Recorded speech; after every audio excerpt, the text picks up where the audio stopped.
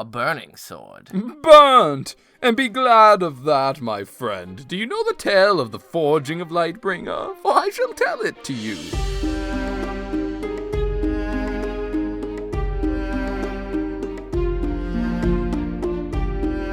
Hey everybody, and welcome to another episode of Brotherhood Without Manners, your favorite full spoiler reread podcast of George R.R. Martin's A Song of Ice and Fire series, reading A Clash of Kings. I am your host, Zach, and sitting here next to me, as always, is my brother. Not from another mother, from the same mother, Nate. Yeah, we have the same mom. Yeah. We're full brothers. Yeah. Ha! You admitted it finally, and know. it's on air. I know, I figured I'd give you an upbeat intro, because you always bitch about it. I only bitched the one time. Wine. Anyway, we read Game of Thrones. Did we it read again? A Song of Ice and Fire! Yes, I was we read waiting. A Song of Ice and Fire. You didn't get to correct me on that one. I'm getting better. By next episode, we might be through this shit, folks. Stick with me. We read A Song of Ice and Fire here, and then we like to talk about it, what it means, and we think we're clever. And yet you can't remember to call it A Song of Ice and Fire. Fuck That's you. okay. But We are a full spoiler reread podcast. If you've never listened to us before, we will ruin the shit. We talk about everything concurrently as if it were all happening simultaneously. For we are Legion. Gooble gobble, gooble gobble. Join us. I'm just going through the fucking gauntlet here. yeah, sweet. So yeah, full But if you've joined us spoiler. before, you know that we are a bunch of fucking goons who like to discuss what we think we know of Game of Thrones and try to make sense of it all. Last episode, last case Last in week point, Brotherhood Without Manners. we were reading Arya. Arya 3. Arya 3, and I loved reading that chapter. It was a really good short chapter. It was a short chapter. There's some split feelings on it from people, but we enjoyed the hell out of it and couldn't help talking about all sorts of crazy, wild stuff. So this chapter, though, we don't get to do a recap. I mean, can we just talk about like the fact that it's the one we've all been waiting for? Like, this is it. We're here. Like the 20th Century Fox production music should start playing. No, Dun, dun, don't lie. dun, dun. You can't wait. This one's good and all, but Zach's actually been way more Wow, hyped Theon, about yay, haha. Samwell Tarly's first chapter. Oh, I like Sam chapters. Not his first one, because sobbing is in it like 40 fucking times. I'm going to count it. I've never counted it before. I'm going to count it for the podcast. That'll be fun. That's been one of our points of contention is I like Sam as a character, but his first fucking chapter, it's a lot of sobbing, and it's a bitch to get through, and so I'm going to count it this time. But fuck Sam Tarly. We're talking about My Davos man. Seaworth, the Onion Knight. And we get his very first chapter. We did, of course, meet Sir Davos officially in the prologue of A Clash of Kings through Maester Crescent's eyes. Yeah. We know that Davos was a smuggler who was raised up to want to stand. And if you don't like Davos, you could just get the fuck out of here right now. Yeah, pretty much. No, it's all right. You can Excuse have mixed feelings. yourself. Because some people don't like him because he just leaves his wife out somewhere to fucking rob. I mean, there's some mixed flaws, feelings, but obviously. Davos is my man. Martin character. Yeah, and I heart Davos. Yeah, good goddamn, this is a good one. Yeah. This chapter specifically, I think, made me laugh out loud the most since any we've read because my Manus, the Stannis, is hilarious. These two in general, like, they're just such bros, and I love it. So this whole chapter opens up, and Davos is standing in front of a bonfire, watching the statues of the 7 gods burning. Yeah, early in the morning. Like,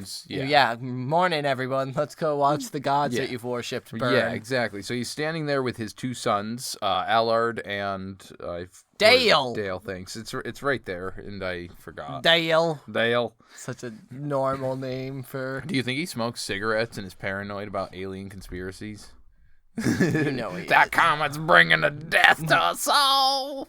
He's the one who's like aware of the black rocks that appear all over Westeros in odd places and just trips out about it. But anyway, so I thought it was interesting because, when we say the 7 gods, for anyone who doesn't know, we're meaning of the faith, the 7. Yeah, so like to paint the scene, they're standing on a beach right now, the beach of Dragonstone, and there's a huge conflagration of fire in front of them as 7 wooden idols of the 7 gods big massive are statues. now lit afire. So yeah, we get the maiden, the mother, the warrior, the smith, the crone, the father, and the stranger all shimmering from the heat and making the gargoyles on the walls seem behind to it. Yeah, stir the gargoyles and dragons, as if they're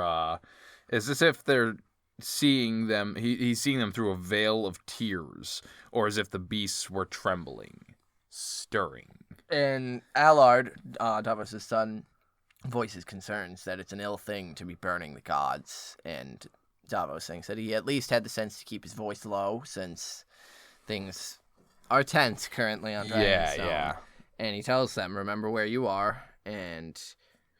Yeah, because there's, if Stannis hadn't pardoned, because he gives a little detail on, how Allard also was a smuggler back when he was a smuggler, and if Stannis didn't pardon Davos... So this is point one of many as to why Davos fucking worships Stannis. Yeah, so Allard would be at the wall right Which now. we get hammered in throughout this whole chapter of why Davos is loyal to Stannis.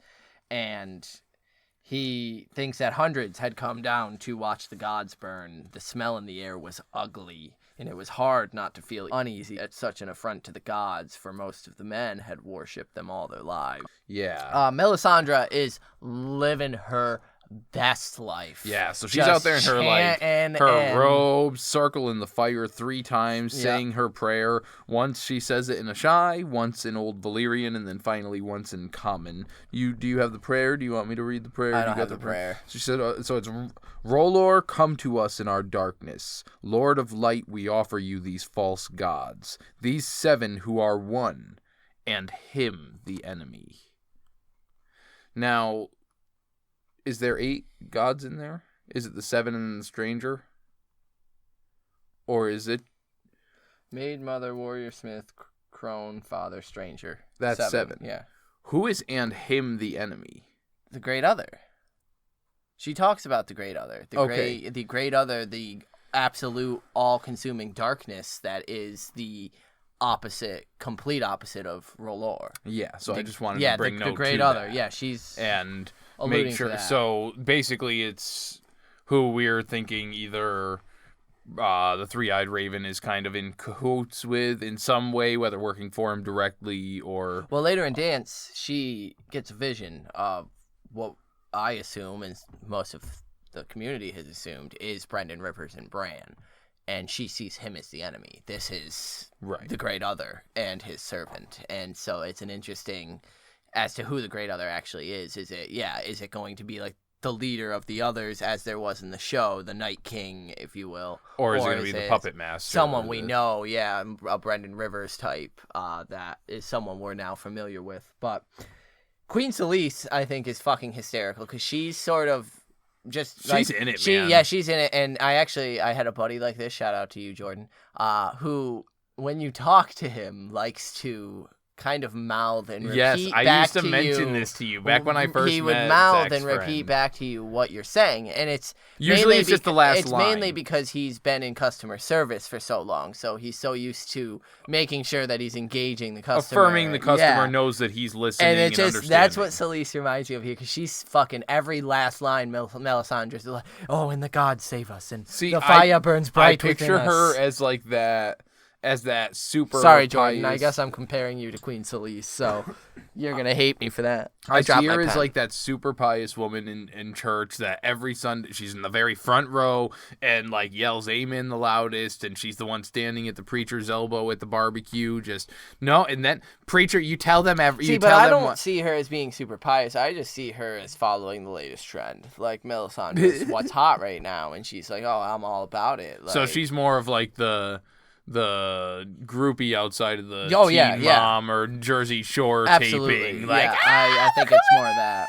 I'm going to say everything she says. And she's eating it up. And Stannis is watching him passively, dressed more richly than was his wont, as if he was heading for Sept. So this is the reason I mentioned that as well, is he's dressed in his church clothes. Yeah. He's got his Sunday clothes on. That's basically what they're saying. They're going to be hitting fucking Crackle Barrel after, stopping for a nice meal on their way home. Oh, man.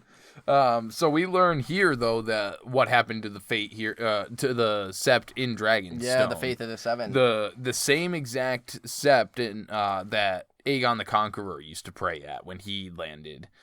And so it's not just like any old it's Sept. significant as like this is a hugely historical location, and for the first time we get mention of the Queen's men, and these are Queen Selyse's men, the Florence, who absolutely are drinking the Kool-Aid that Melisandre is handing to them. They are all about R'hllor and the Lord of Light. Can you imagine being just this lady, Lord Stannis and Lady Queen Selyse's house guard? Now they actually might have a claim to the throne. I mean, I can't claim one way because I've always been a little more Davos-esque, where I'm more skeptical of religion, and so.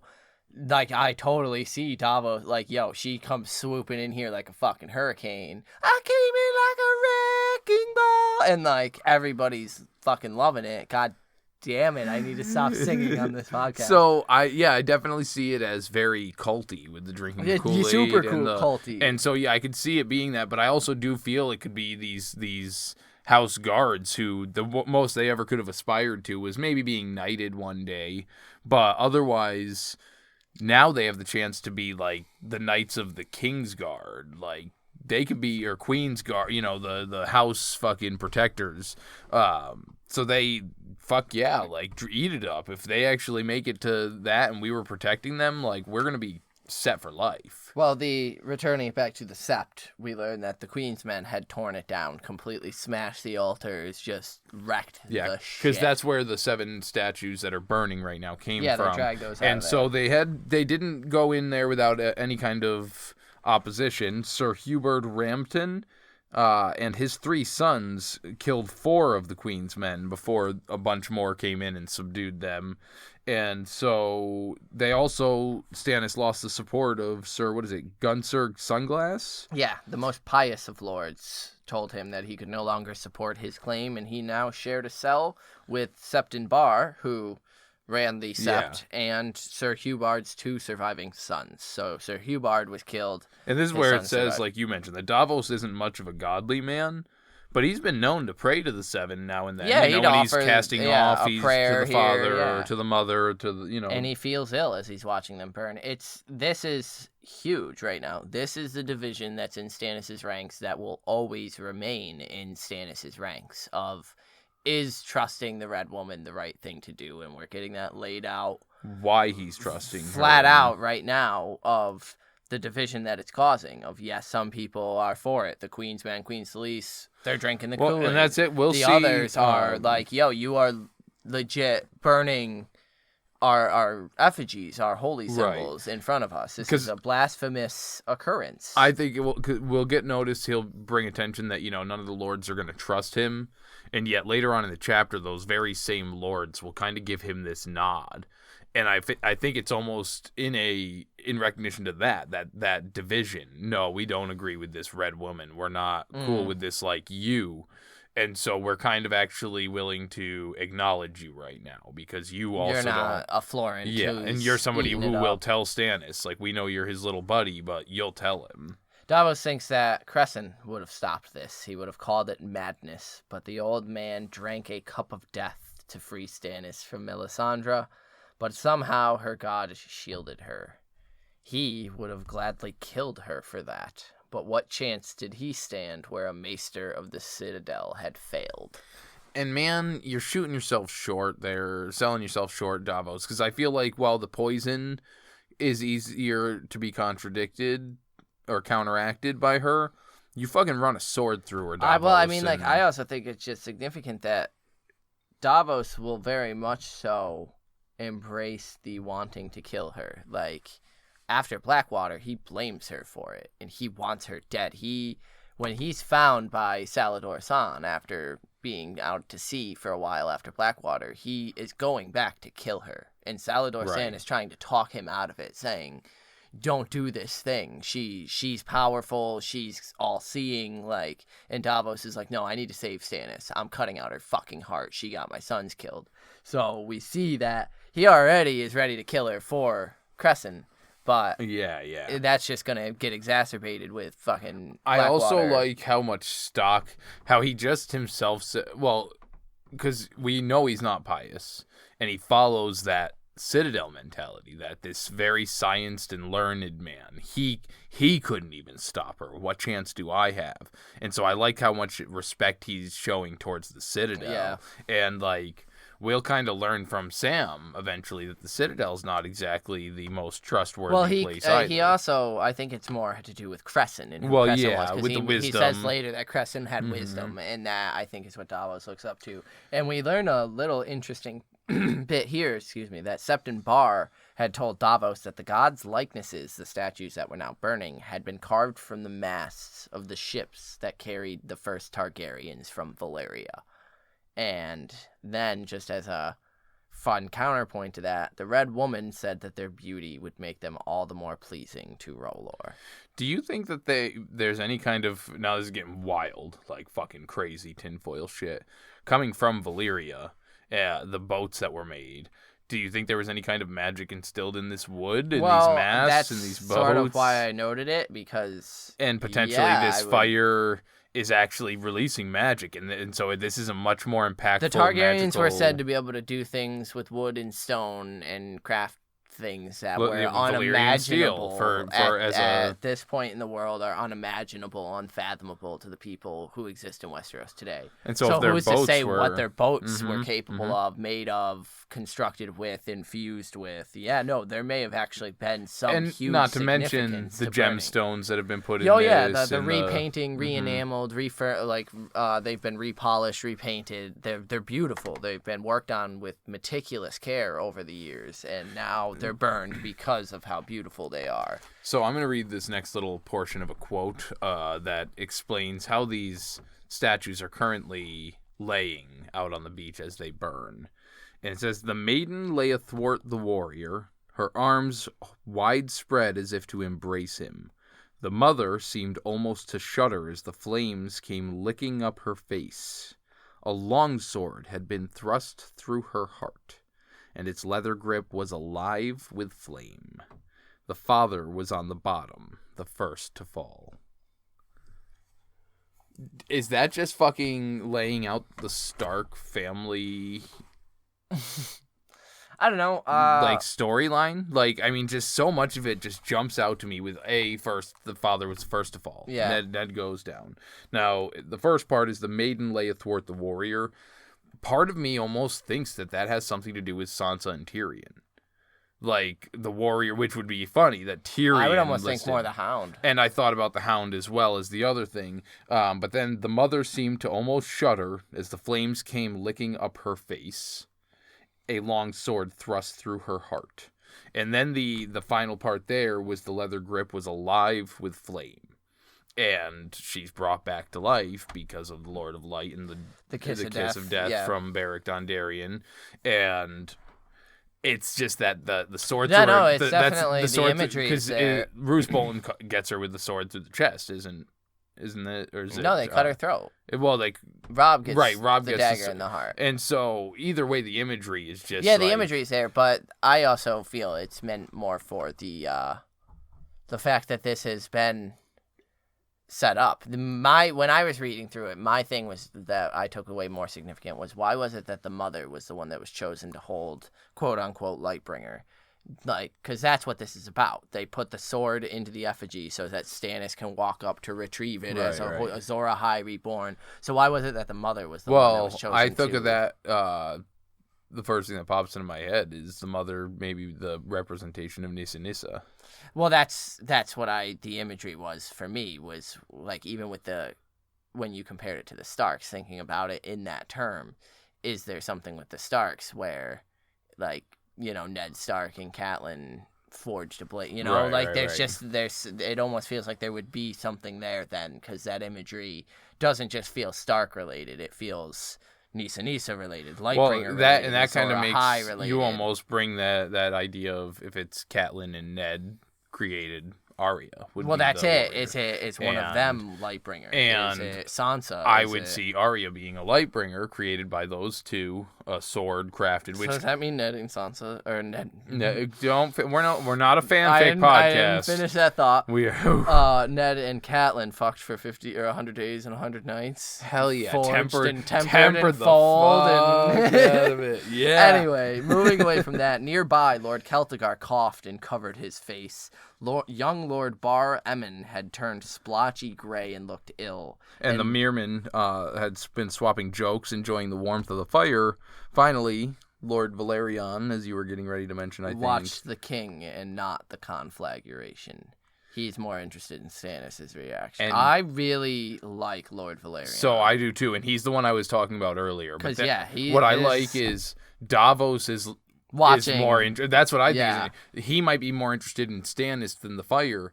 Davos is more interested in him the lords, and so he's wondering what Lord Valerian is thinking. Yeah. And he even but I think that shows how prudent Lord Valerian is, because he knows that the most important thing here is the king's reaction to it. How Stannis is taking this is really is he enthralled by it? Not at all. Stannis is staring at it impassively with his jaw clenched, as he's known to do, dressed a little more fabulously than usual, but probably more so just for the show, and was told, you need to sort of adorn these ceremonial robes by Melisandre to retrieve Lightbringer. And so Stannis isn't buying it. Valerian isn't having it. This is also where we get where Davos feels his station is in life, in his house. And so he knows that he's just this up-jump smuggler who was knighted, whereas House Valerian is an old, Lord of the Tides, house. Lord Valerian was blood of old Valeria, and Davos stank of fish and onions. And so he does mention, that eventually my house will stand as tall as theirs. My grandsons will fight alongside maybe theirs. They'll marry their ladies. And that's how it works. Once the older a house gets, the longer it's established in an area, the more renown it has, the more people are willing to... are you ready for my fun little comparison that I thought here was... Davos... Davos is the different trajectory, the more positive trajectory of House Slint, Janos Slint. Janos Slint just got promoted to a lord. His sons are now promoted to his station because he fucked it up. And so his house is mocked because of their stupid spear emblem and shitty sigil that everyone hates. Davos gets shit on for his shit. But it's mostly Davos shitting on himself. Oh, yeah. He does catch a good amount of shit. Down on because he's a new lord, and that's just what happens. Same thing with Janos. Janos is looked down as a new lord. It's that mirror image, that opposite, because Janos bought his way up to the top. Has no honor, Whereas Davos doesn't want this. I don't want it. I don't want the title. Davos is through loyalty to Stannis. Now he's only doing the Lord thing because it's Stannis who gave it to him. Otherwise, he'd have no fucking interest in it. And that's what he says. Everything I am, I owe to him. Mm-hmm. And that's, again, showing us the loyalty, how deep it runs. He goes for through him. Everything Stannis has given him. Stannis raised him to knighthood, gave him a place of honor at his table, a war galley to sail, as well as one for his son to sail. He made his sons Dale and Alar. Made his other guy there, his other son, oarsman or some shit. Merrick was an oarsman. Mathos served Davos on Black Bertha, and Devon was taken on as a royal squire, and his wife, Maria was mistress of a small keep on Cape Wrath, where Davos has land of his own, given to him by Stannis as well. And there, Davos could hunt deer in his own woods, all because of Stannis Baratheon, and for the price of but a few finger joints. And that's where he touches the pouch on his neck, which we learn, if you didn't know already, that he keeps those finger joints for luck. There is luck, And Melisandre just continues going on about the warrior of light, Azor Ahai, come again, and how it is said that the hero will draw from the fire a flaming sword to fight back the darkness. Yeah, so I did like that right before she started that, the wind catches the smoke and everybody's kind of coughing as it blows it in their direction.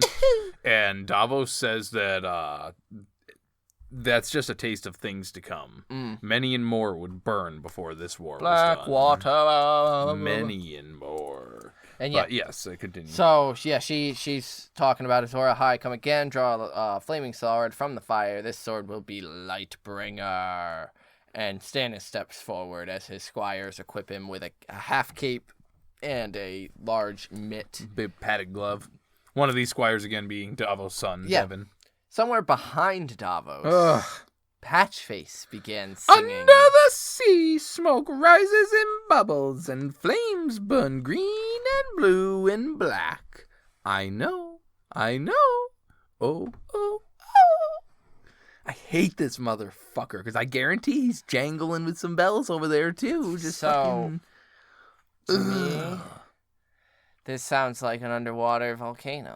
Yeah, this sounds pretty fucking wild, man. Smoke bubbles. Yeah. And flames burn blue and black and green. I hate when he talks. Would be distorted in looking in color, and yeah, I don't like him at all. He's an unsettling motherfucker. I don't know what to make of anything he says. Stannis strides into the flames, reaches forward, and wrenches out the flaming sword in one fluid moment, and then quickly retreats, batting off the flames that cling to his clothing. And Selyse immediately starts hyping this shit And up. Melisandre, they're both just fucking... Oh my god! I just picture like the SpongeBob and Patrick just fucking raging. Yeah, just losing. Yeah, it, like they're fucking loving it. Stannis, I love it because while they're losing their shit, Stannis is beating his arm against his leg to try to get the flame out. Like, this isn't a heroic retrieval of a sword. Yeah, this is a normal man yeah. endangering himself to make an appearance, and like him beating out the flames on his leg, like it's not Dany walking into the pyre. Into the fire, and exactly. That's where I was gonna bring it, is that the difference. This is just it's a fucking parody, because there's nothing going on here. He has to have that padded glove to grab this fucking. He has to have the cape that's like drenched with some water. Walked into a flaming pyre, picked up these eggs as they're cracking, as her clothes burn off of her hair burned off of her. And she just walks in and sits there, fucking petting these dragons. Yeah. Like, he has to beat the fire out and like put the sword down into the fucking beach and get away from it because it's burnt, and we'll get more on that in a bit. Davos wonders if he should say the words along with them and thinks, do I owe him that? Is this fiery god truly his own now? And by this point, the flaming, burning gods were unrecognizable. And as Melisandre finishes singing and blah blah blahing, the king's patience had worn out. He grabs Queen Selyse by the arm and begins leading her back up to Dragonstone.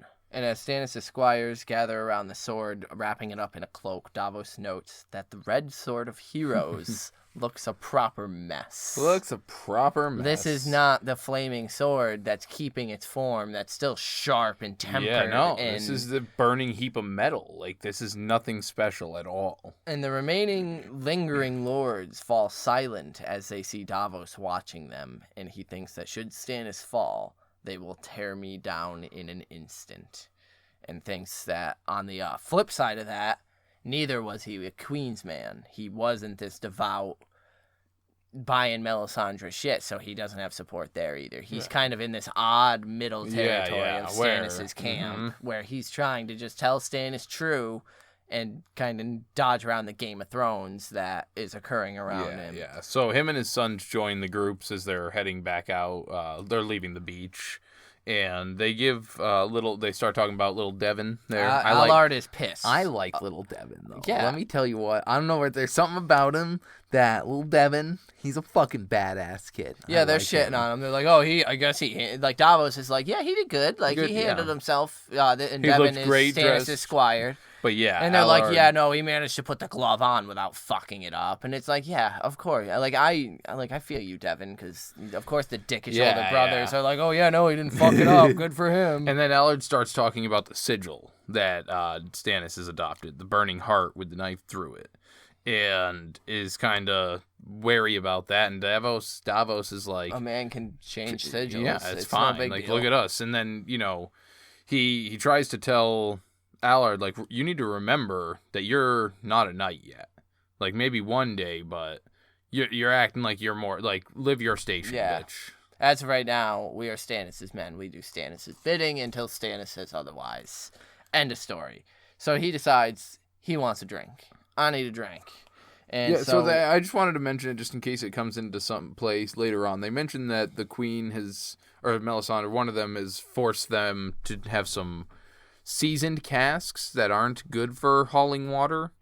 And the Queen's men took all the good ones. Yeah, they've got shitty casks of water. And so the water's going to spoil before they even get where it's supposed to go. Yeah. And, like, that's not cool. Yeah, I just wanted to make sure there's that a odd division. People that are converting to Rolor are getting the better provisions. The ships are getting stocked a little better, whereas those who aren't are getting these odd, I guess, like, essentially, like, I would assume it's, like, pressure-treated wood. That's what I was thinking, like, it's just kind of leaking some odd chemical, whatever, sap, that what have you, sours into the wood the water. for the water bad. Yeah, and I was going to note that as well. But yeah, Davos decides he wants a drink, so he departs from his son, leaving them at the ship. I have a thirst. I'll fetch a drink now, boys. I think is how that went. And so he heads to a familiar inn, and this inn has a gargoyle that sits beside the entrance, though it's been so weathered by the weather that its features are indistinguishable from what Davos is about to do. And because he's clearly not the only one that does it. No, as it's an old sort of tradition at this inn. As you walk by, patrons will pat the head for luck, and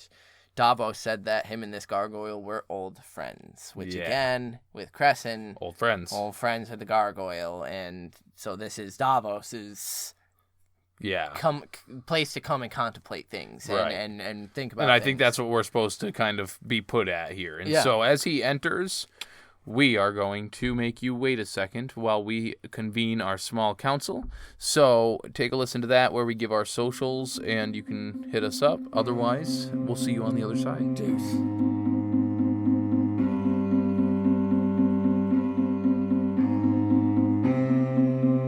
What up and welcome to the small council meeting. Meetings are fun, aren't they? They're Not okay. Really. Anyway, we just want to get you our socials, let you know how you guys can reach us, write into us, interact with us. Where you can write in your inductees that we give at the end of each chapter. We get some from our listeners very regularly, so make sure you get yours in.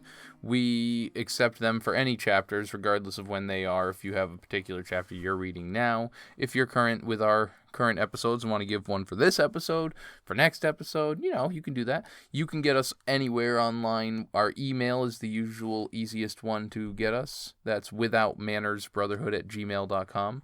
But we also have all our social medias. Facebook is facebook.com/brotherhoodpodcast. There's also a private Facebook group if you head over to our Patreon. Patreon.com/withoutmanners. You can give us a little bit of money to help support what we do here for you guys, make it a little bit better, and you get bonus episodes, access to a private Facebook group. It's really cool stuff. We'll shout you out. Cool shit. And finally, let's see. You're on Instagram at MannersWithout. I'm on Twitter at the same handle, at MannersWithout. You're on Twitter at CarStark92. That one. And leave us a rate and review wherever those can be left. Stitcher, Apple Podcasts, Spotify, all them. They're great. We appreciate the rates. We appreciate the reviews. We need them. We live off them. All right, well, I'm going to put this demon back in the box, so we'll let you get back to the episode.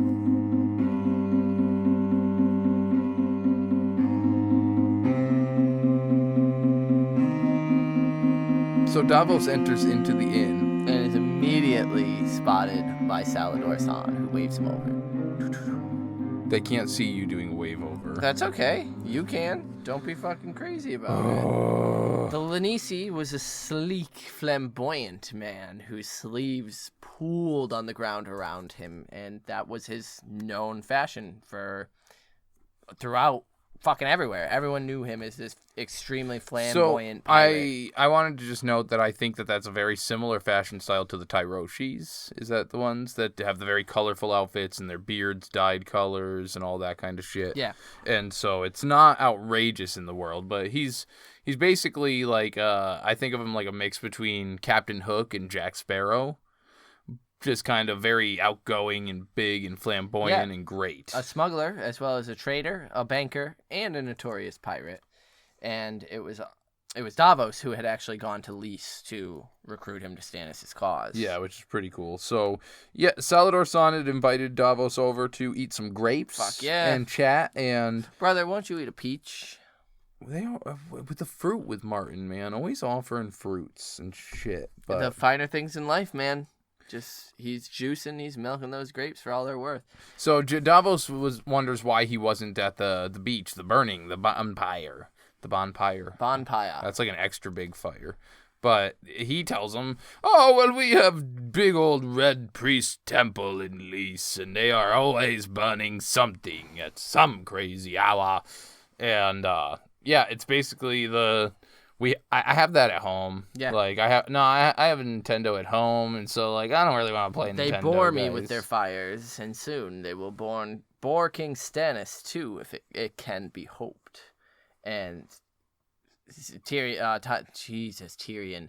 Davos is kind of like, oh yeah, he can say this shit because he's just a pirate who... Yeah, because he's just all out. Yeah, he's shouting. He don't give a fuck who So he I is. also wanted to note that one of his nicknames is the Prince of the Narrow Sea. Yeah, well, self-styled. Yeah, no, he's not an official prince or anything, but even King Stannis knows that is a title, I'm sure. Yeah, and that's just kind of how it goes. He's the Prince of the Narrow Sea. There's no Prince of the Narrow Sea, but because he's this badass pirate, he's this badass banker, fucking grape-eating motherfucker. Yeah, okay, he can be the Prince of the Narrow Sea. Sure, why not? So they discuss Tywin's appointment of Tyrion in King's Landing. Yeah, man, well, I just think it's interesting that it was only a few days before that he's saying, like, oh, yeah, no, I was just in King's Landing. Yeah. Like, I had boats there, in the fucking place. Whoop. Tyrion is there now. He's handling some justice. And yeah, like you said, he starts mentioning that Janos Slynt's done. He's out. He's been replaced by Jacelyn Bywater, we know, but he says, a metal hand? A man with a hook for a hand, or a metal for a hand, or yeah. But Jacelyn Bywater, who we kind of praised pretty heavily during that Tyrion episode. But he says they're hurting. The city has strong, high walls, but who will man them? One quick strike and Stannis could sit the Iron Throne on the morrow. And he asks that, and all I would ask in return for my service is Queen Cersei as my prize. Because as of this far, he's sailed on promises alone. Yeah, he hasn't been paid because they're going to pay him with the money they get from the treasury in King's Landing. That's completely fucking empty. But Stannis would know this. Yeah. So I think he knows how much is actually in there. Yeah, no. And then he would actually have the vaults to back up the debts that he's owing. And then Davos thinks, oh, excuse me while I yawn. Well, that's fucking rude. That this world is twisted beyond hope when low-born smugglers must vouch for the honor of kings. Yeah. And that's the best way to put it. Davos is having to convince this pirate that he should support this cause and will get paid eventually someday. And it's just an interesting twist on it. Because then Davos mentions, we can't go take the city right now because even if we can take it, we don't have the people to hold it. And if Renly comes up the fucking road doing shit, we're fucked. Like, what? And yeah, Tywin especially because he's out at Harrenhal. But Saan says that he had told Stannis about everything that he's talking about right now. Well, yeah, because at mention of Renly, he smiles and says, yes, the younger brother. With the bride. Him and his bride and all of his Knight of Flowers ride up the Rose Road to that very location we were just talking of, King's Landing. And Davos is kind of surprised he's taking his bride with him. And he's like, yeah, no, he must be either a fool or very confident in his victory, but one or the other. And then Davos says that the king must be told at once. And he's like, I already handled it. I've already told him. Though from how tight his jaw clenches when he sees me, he does make me tremble to give him my reports. And I just think that's funny because of course Stannis wouldn't really be comfortable. Yeah, and then Saan goes to vouch for I'm an honest man, a reasonable man. So about that fucking sword. About that sword, though. Like, just immediate left turn. That was not Lightbringer. Yeah, I love it. No, just so you know. And the sudden shift makes Davos uneasy as well. Like, the fuck? What? And he's like, what do you mean? And he says, tell me, how will a burnt sword serve Stannis? And Davos corrects him and says, a burning sword. Burnt! And be glad of that, my friend. Do you know the tale of the forging of Lightbringer? For I shall tell it to you. It was a time when darkness lay heavy on the world. To oppose it, the hero must have a hero's blade, like none other that had ever been. And so for 30 days and 30 nights, I labored sleepless in the temple, forging a blade in the sacred fires. Heat and hammer and fold. Heat and hammer and fold. Oh, yes, until the sword was done. Yet when he plunged it into the water to temper the steel, it burst asunder. Am I continuing? No, you're good there. That's quite a bit. Yeah. And so that is essentially repeated twice over. With the tempering changing. Second with is through the great beast's red heart of a lion. And then last, finally, of course, with his wife. His wife, Nissa. And so that is the forging of Lightbringer. And he says, now do you see my meaning? Be glad it's just a burnt sword Stannis drew. Too much light can hurt the eyes, and fire burns. So yeah, essentially he's saying there was grief, there was tragedy involved in the crafting of this sacrifice sword. meant. Like this is the sword to fight back the darkness. This isn't the sword to win the Iron Throne. Now, like something else that I didn't before I step on that. Like that's what a in the huge flying thing. Like, fuck is happening here, people? You're not using this to fight the war. This is the legendary sword that Azor Ahai used to fight off and end the Long Night way back when. You're going to use it to claim the Iron Throne? So there's the little mention there also how he says that when Nissa, when he stabbed her, the pain and the everything was so bad that she cried out. It cracked the moon, the face of the moon. And it just made me think of the... Moon is Egglisi. Yeah. It made me think of the Dothraki... Fuck, I spaced it there, man. The Dothraki legend. Well, it wasn't the Dothraki legend. It was the Ashai. It was Doria. Doria, right. She was was she a Lanisi pleasure girl? I think she was, that she cried out in ecstasy, it cracked the moon, and then she tells the story to Dany. Lanisi? Lysini, you're right, yeah. But yeah. She tells the story that, the moon was an egg, and it cracked and released 1,000 dragons into the Same earth. story? Yeah, so you think? Potentially related, which is neat. Nissa caused the earth to crack, which brought dragons. The moon to crack. So maybe it wasn't... oh man, that's it. Because so then maybe it wasn't fucking Lightbringer that fought back the darkness. Right, it was a dragon. What if the Lightbringer was a dragon? Who knows? I mean, it can, that's why there's so much fucking debate available on these fucking topics, is because of that kind of stuff. It can allude to so many things. Yeah, and he's but he asks Davos when the king plans to set sail. Kind of turning away after just shitting on that sword. He's like, so when does Stannis plan on making a move? And as soon as his god wills it, essentially. His gods. And Davos reminded himself that the inn has people here, and he is not Salladhor Saan. But he tells Saan... Well, Salah asks him, who is your god, my friend? Right. And he replies with, Stannis is my god. Stannis is my god. Not my king. My god. So, do you think that this has any kind of... just because we fully analyze things, I'm seeing similar traits between Davos and Jon Connington. Jon Con! With Rhaegar. Do you think that this could, not necessarily in a romantic way, but just in because I think Jon Con was definitely right. I definitely think so as well, but the idolization of him as a figure. Well, it's almost concerning because I actually, when I read this, I thought of the theory of, because anytime I think of the theory of Euron as serving the others, I think of Stannis as well, because there's a prophecy of Stannis at the prow of a ship with his cold eyes, and a lot of supposedly Stannis, obviously we don't really know for sure because it's a prophecy type thing, there's just a lot of other symbolism in there that I always think of Stannis. So here especially, Stannis is my god. That's kind of a dangerous line with him, especially with the show of Lightbringer and Azor Ahai, which perhaps he's the one that Azor Ahai will need to wield Lightbringer against in some way or capacity in the future. But equating a king and a god is a very, very dangerous road to start going down. So, I think there's a lot of things that can be inferred there. And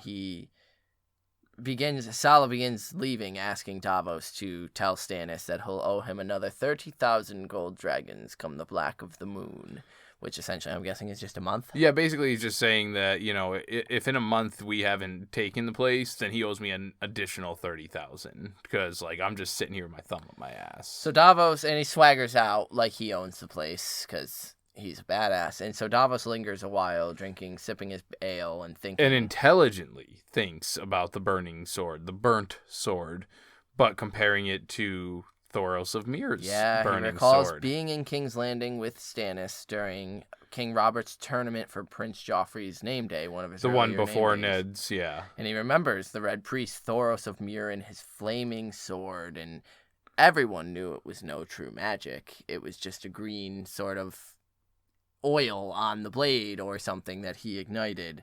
And in the end, his fire guttered out, and Bronze Jan Royce brained him with a common mace. Pong! Which sounds a lot more brutal than it really is, I guess. Yeah, because he just kind of bopped him, I'm guessing. But like brained, fun. I'm, like leaking brains. But yeah, so Davos says that he doesn't have it in him to be a fucking hero. He's not made of that kind of stuff. Because he thinks about what it takes to forge Lightbringer at that thought.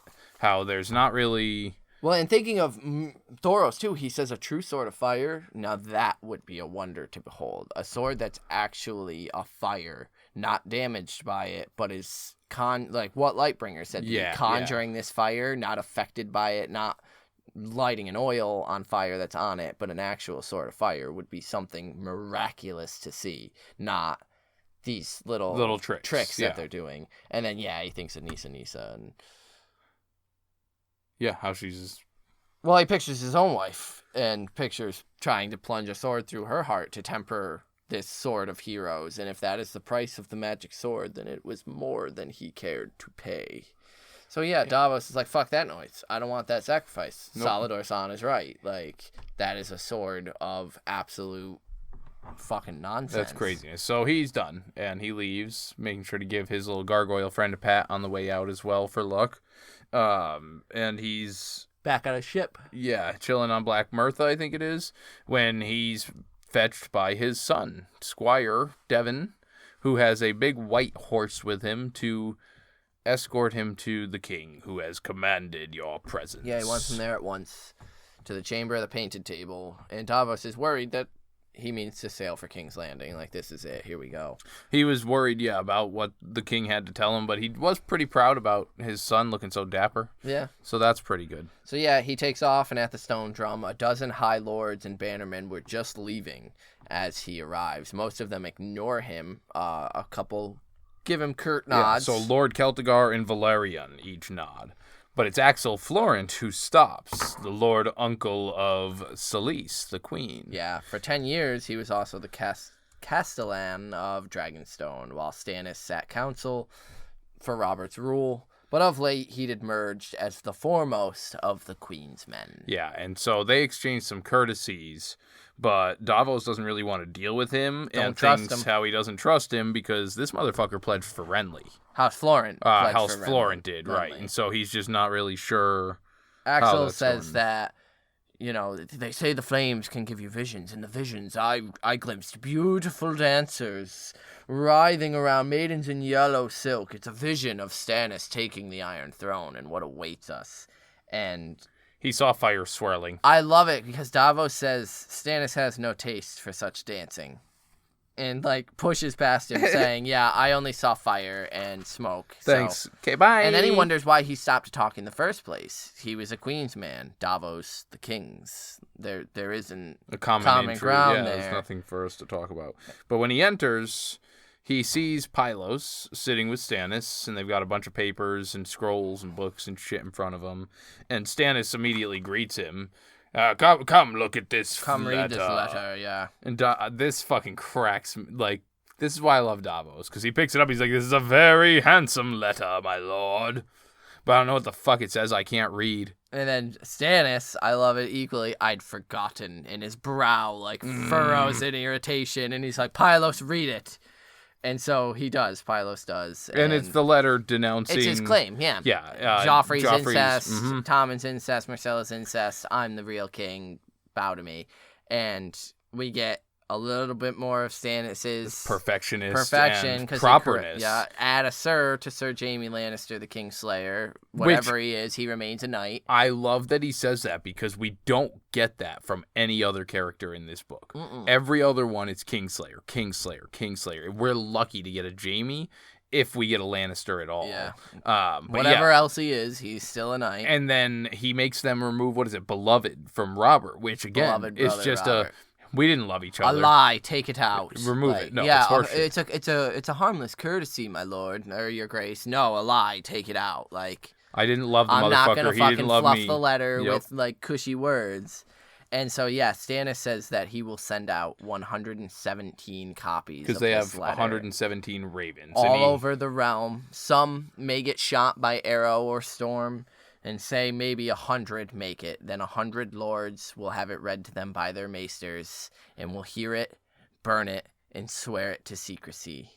But he needs Davos to sail about and deliver these letters. He needs that to not happen, and so he set up a plan. He's sending Davos north to Gulltown, the Fingers, the Three Sisters, and White Harbor, while sending his son Dale south to way south, like down past fucking King's Landing, way around Dorne, and into the coast of Dorne. Yeah. It's the very far coast. And they're to nail these letters to every sept, every inn, every brothel, every door they can. And he tells him he said, and I feel like this is a very important thing. Use whatever smuggler tricks you know or need to. He's giving him permission to do whatever smuggling shit he needs to do this task. And so I don't want to say he's giving him permission to break laws, but he's kind of giving him a fucking license to kill type I want to use that smuggler in you. And Davos says perhaps a contingent of knights. It would mean more coming from a knight with a sir in front of his name than from me. And reading it out loud. Stannis thinks about it and says, I'll grant that. I have some knights who I can give you. Yep. And take them and go. And you will. And then he says as well that your second son will go across the narrow sea to spread my claim as well as Cersei's infamy there. And the whole world will know that I'm the king. And Davos says, thinks you can tell them, but will they believe you? And at this point, Stannis notices that there's kind of a glance from Davos at Pylos, and he dismisses Pylos, saying, well, you better get right in those letters. Yeah, no shit, man. 135 of them. Fucking Stannis. And then all the letters that have to go in the chests that they're sending, like... That's like 500 copies of that letter. Minimum. So Stannis asks what it is Davos couldn't say in front of Pylos. And Davos says that he cannot look at Pylos without seeing the chain and feeling sad for Crescent. And we get Stannis' opinion. Yeah, and he's like, I wasn't happy about that I didn't even want him at that feast. I wanted him to be able to just spend the last few years of his life fucking chilling, living it up in retirement. He had angered me with bad counsel, but I didn't want him dead. Like, I was hoping he'd live out his life in comfort, and then he had to be foolish and... do what he did, step in. And instead he died, and that's kind of it. Instead he died. And we moved on. And Davos says that Pylos is the least of it. And he asks what it is that the lords thought of his letter. And I wrote this quote down. Stannis snorted. Celtigar pronounced it admirable. If I showed him the contents of my privy, he'd declare that admirable as well. I love Stannis. Yeah. He's the funniest fucking character. Fucking Celtigar's a little bitch, and he's gonna say whatever he thinks I want to. And yeah, the rest of them fucking crowed at me like a bunch of hens, heads bobbing up and down because Stannis hates that shit. Yeah, he wants the truth. That's why he called Davos here. Yeah, and others Davos, take my lords. I'll have your word on it. And Davos tells him, like, it's strong and blunt and to the point, but you don't have any actual evidence to anything. And so Stannis is like, well, I mean... proof of a sort. We could go get Edric Storm and be like, look at this motherfucker. Now look at these kids. You see the hair? That's evidence enough, right? Yep, the one that Robert fathered my very wedding night in my very wedding bed. Delena Florent was a maiden, so Robert at least acknowledged the babe. Edric Storm, they call him. He is said to be the very image of Robert. Compare him to Joff and Tommen, and men could not help but wonder. And so Davos states the obvious and says, well, if he's at Storm's End, how will men see him? And Stannis says, well, it is one of many difficulties, but you have more to say about the letter, clearly, so speak freely, say what you will. The last thing he mentions is the done in the light of the Lord, and tells him people ain't gonna like that. Like, I get that that's your shit, man, but these people have spent their entire lives worshiping this other god. Now you're burning it and forcing this religion down their throat. They're not going to be happy. Have you gone devout on me, smuggler? That was I fucked that all up. That was to be my question to you, my liege. And so I really liked that, actually, where it was very much that's what I was going to ask you, motherfucker. Yeah, I could say the same thing. Like, what happened? I thought you were... It was wood we burned this morning, Stannis says. And essentially, Davos goes on, your people will not love you if you take from them the gods that they have always worshipped and give them ones whose names are queer on their tongues. And Stannis stands abruptly. When have they ever loved me? How can I lose something I never had?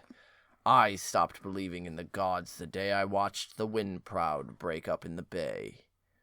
And, god damn it, that's a pretty powerful line there, man. What's crazy is that's not crazy at all. No. Like, lots of people lose their faith when they lose a parent, especially in like a traumatic accident that you're watching right then. Like, maybe that's also when, like, as much as Robert loved whoring and drinking and fighting, had he married Cersei and the parents thing not happened, maybe he would have been a little more settled down. Maybe that fucking forced him into his raging alcoholic mode. Yeah, you know? So Davos asks him, if you forsake the gods, then...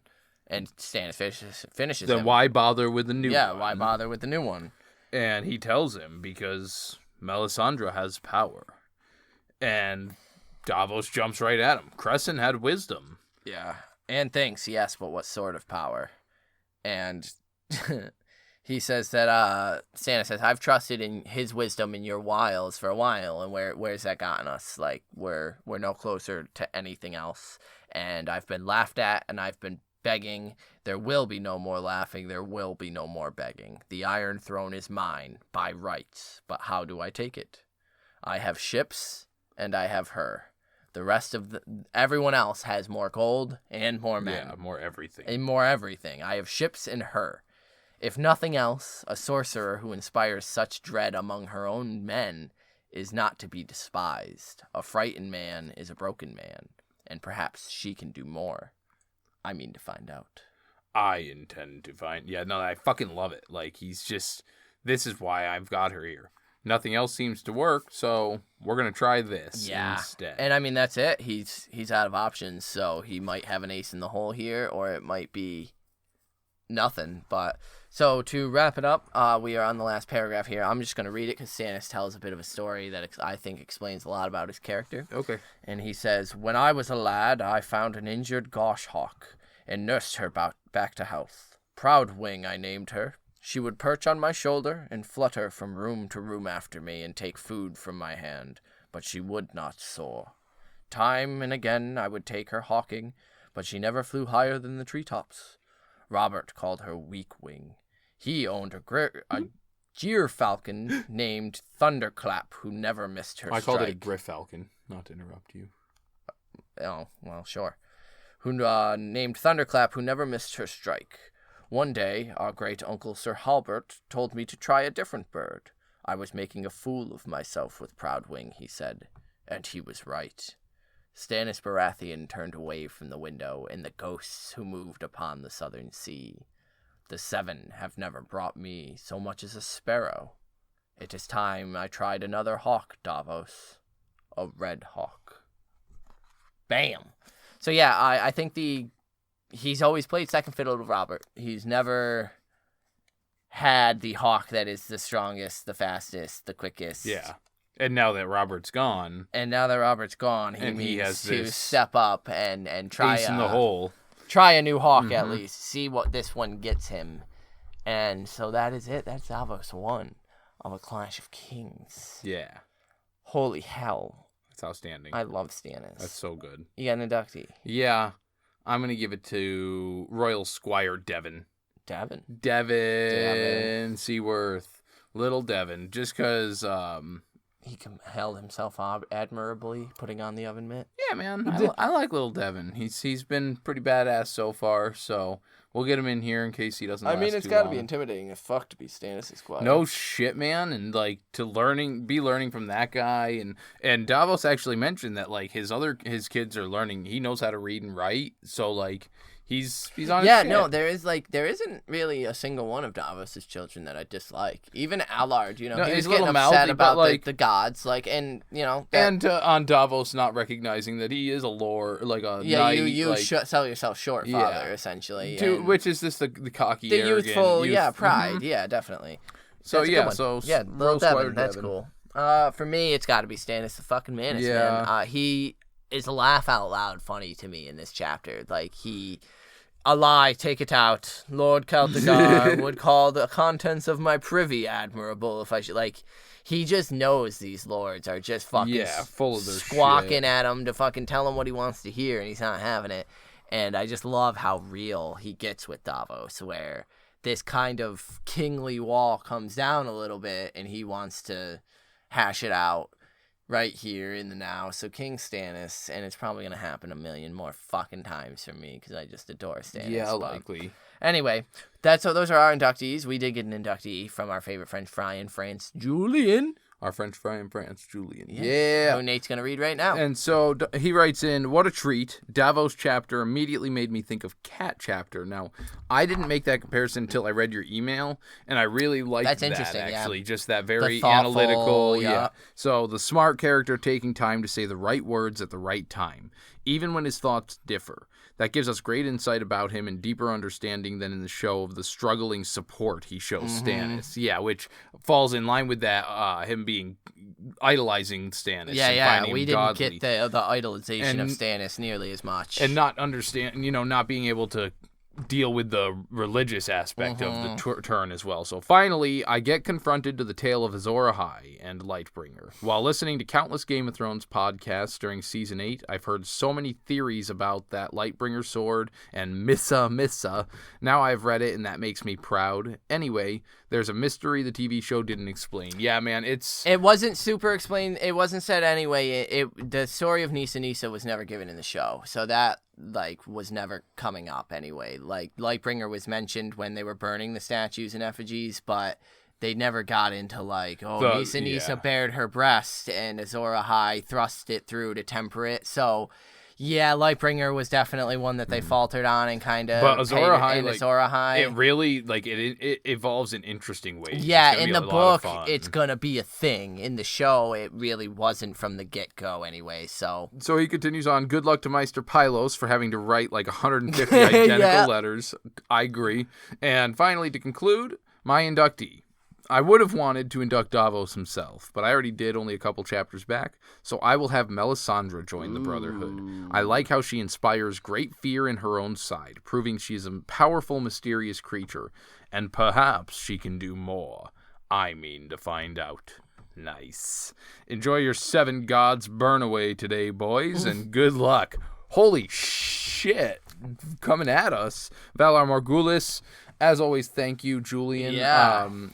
A quick thing about the inspiring fear kind of reminds me of Voldemort, actually. Inspiring fear among your own soldiers. If your reputation precedes you. And so that it's just interesting that, among her own followers, even though this is, Stannis, and it's almost pointing her in this evil light, even if she's not necessarily, by showing that fear amongst people. Oh, yeah, and later in Dance, without getting, at the end of the show, for Julian's sake, we won't get too spoilery with that, we kind of learn that there is a little bit of the Wizard of Oz effect going on with Melisandre. Yeah. It is a little bit of smoke and mirrors, and it isn't just purely evil, and there may even be some abuse and or slavery in her history that has affected. So she might not just be evil incarnate and casting evil magic. Can we at least give, since we are full spoiler, the POV, the fact that she's a point of view? Yeah. I mean, definitely, Julian knows fully that will. But yeah, she gets a point of view chapter in Dance of Dragons, and we learned quite a lot about her and. It's insane. I want to know more, obviously. But yeah, we learned that it's a little bit smoke and mirrors more than it is just evil, dark but magic. But it's good shit. It's good shit. It's really good shit. So yeah, great inductee, great chapter. What fucking great chapter. And what a great book so far. Yeah. Everything's been going great. And I'm just, you guys, I'm having a great time. So we might be going on a not so great time next time because it's Theon's first chapter. I hate the character. I like what's happening. Yeah, so it's always good stuff around him. I'm going to be shitting on him because it's going to be very good. He makes stupid and that's the point of this character right now. So that's if the you point want of George is like, I need a character that everyone can just shit on endlessly. Send us your inductees for that chapter. After that is Daenerys' first chapter of Clash of Kings. Yeah. So keep getting those into us. We'll keep reading them. Until next time. Valor Daenerys. Peace.